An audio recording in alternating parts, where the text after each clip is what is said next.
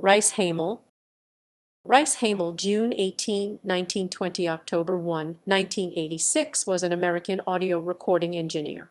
He is considered, along with his colleague Wally Heider, to be the pioneer of complex live remote recording. He recorded under the company name Reice Hamel Recording USA. Early years in New York. Reice Hamel was born in the Lower East Side of Manhattan, New York City on June 18, 1920.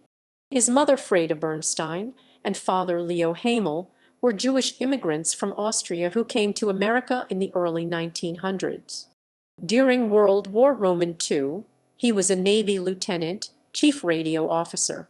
After the war, he worked for International Telephone and Telegraph as a field engineer and was also a freelance television technician in Manhattan, NIC. In 1956, he became interested in audio engineering and magnetic tape recording and decided to try it as a business.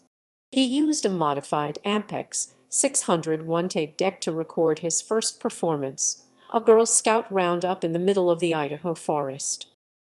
Alone in San Francisco, Hamel moved west to San Francisco, a city filled with new ideas and talent. In the 1950s, San Francisco was a hotbed of talent, and in small nightclubs like the Hungry Eye, Purple Onion, Jazz Workshop, Current Theater, The Cellar, and the Black Hawk. On any given evening there would be comedians, singers, and bands of all types. Reice Hamel began his career as a recording engineer to stars when he was granted the job of recording a well-known jazz group, the Cannonball Adderley Quintet. The recording took place at the Jazz Workshop in San Francisco. The record producer Aaron Keepnews of Riverside Records commissioned Reice Hamel in October 18, 1959 to record the two-day session. The recording and subsequent album that resulted became, according to Keepnews, one of the most exciting, influential, and successful live recordings in modern jazz history. The success of the Cannonball recording propelled Reice Hamel into national attention, and he was nominated for a Grammy Award for recording excellence. This was the first Grammy Awards, and he was the first engineer to be nominated. After all the success, Reice Hamel went back to the workbench and improved his electronic circuits.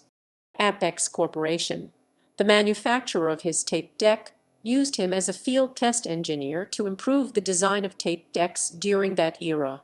In 1963, at the Hungry Eye Club, a young teenage singer made her debut, recorded by Reice Hamel. Her name was Barbara Streisand. Many of the early recordings that he did in the San Francisco area were done out of his Porsche convertible and later in his custom VW bus mobile recording studio. Joan Baez Concerts 1962. The legendary outdoor performances of Joan Baez were captured on tape by Reice Hamel using his custom-designed recording systems. These recordings are of exceptional sound quality, and in 1962, Seymour Solomon of Vanguard Records wrote a letter to thank Reice Hamel for the tapes. References